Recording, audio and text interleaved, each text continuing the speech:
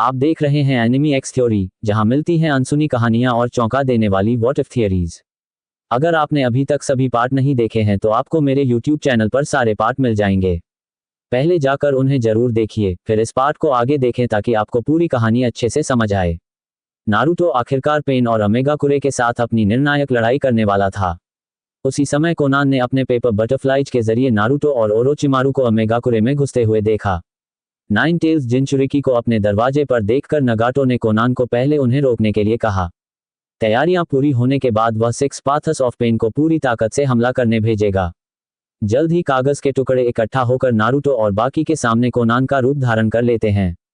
Connon Naruto से पूछती है कि वह बार बार क्यों आया है और उसका उद्देश्य क्या है। नारुतो मुस्कुराता है और कहता है कि वह यहां अपने वरिष्ठ से किया वादा पूरा करने आया है। ये सुनकर कोनान समझ जाती है कि उनके सामने मुश्किल खड़ी है। कोनान तुरंत अपने पीछे से कागज के हमले करती है। नारुतो ना तो बचता है और ना ही घबराता है। वह अपने हाथ में एक विशाल रसेंगन बनाकर ढाल की तरह आगे रखता है। कागज को रोकते हुए वह रसेंगन को लगातार आगे धकेलता है। नारुतो को पास आता देखकर कोनान का शरीर अचानक अनगिनत कागज की चादरों में बदल जाता है, जो तेजी से नारुतो की ओर उड़ती हैं। नारुतो सतर्क रहता है और देखता है कि कई कागज पर एक्सप्लोसिव टैग लगे हैं। कोनान के इशारे पर वे टैग नारुतो के बिल्कुल पास फटते हैं। लेकिन नारुतो के पास फ्लाइंग थंडर गॉड है, इसलिए ऐसा हमला उसे चोट नहीं पहुंचा सकता। धमाका थमने पर धुएं में नारुतो का कोई निशान नहीं मिलता। कोनान चौंक जाती है। अचानक नारुतो की आवाज उसके पीछे से आती है। वह कोनान की तकनीक की तारीफ करता है और कहता है कि यह अब भी उतनी ही निपुण है। जैसे ही नारुतो का हाथ कोनान की गर्दन पर वार करने वाला होता है, एक काला रॉड अचानक पीछे से नारुतो के सिर पर हमला करता है। नारुतो तुरंत पलटकर उस ब्लैक रॉड को पकड़ लेता है। जिराया की घटना के बाद दोनों पुराने साथी आखिरकार आमने सामने थे। पेन कोनान को पीछे हटने का आदेश देता है और ऑलमाइटी पुश का इस्तेमाल करता है। एक प्रबल प्रतिकर्षण बल आता है, लेकिन नारुतो बल पहुंचने से पहले ही फ्लाइंग थंडर गॉड का इस्तेमाल करके पीछे टेलीपोर्ट हो जाता है। वह सीधे मुद्दे पर आता है और देवापात से कहता है कि उसे नगाटो के असली शरीर तक ले चले। ये सुनकर देवापात थोड़ा हैरान होता है। जैसा उसने सोचा था, जिराया समसेई पहले ही पेन का रहस्य जान चुके थे। इस पल पेन खुद को भगवान कहता है और स्वाभाविक रूप से नारुतो की मांग ठुकरा देता है। नारुतो सामने खड़े 6 पेन को ध्यान से देखता है। ये वही हैं जिन्हें उसने कोनोहा की लड़ाई में हराया था। उसे उनके सारे कौशल याद थे।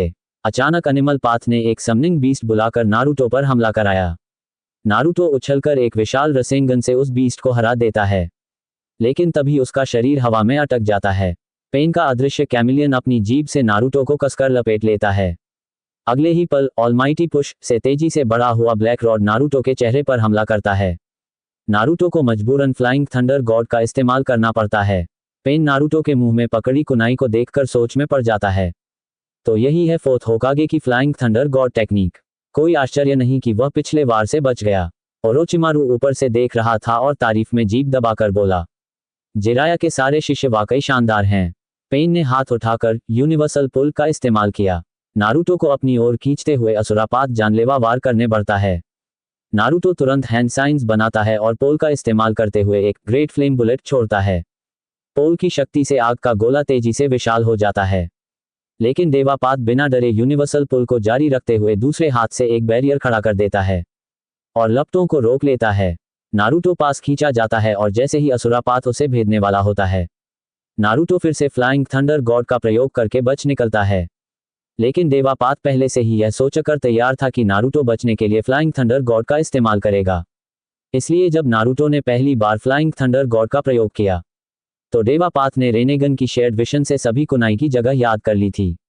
नारुतो जैसे ही दोबारा प्रकट होता है, एक और ऑलमाइटी पुश से तेज किया गया ब्लैक रॉड उस पर हमला करता है।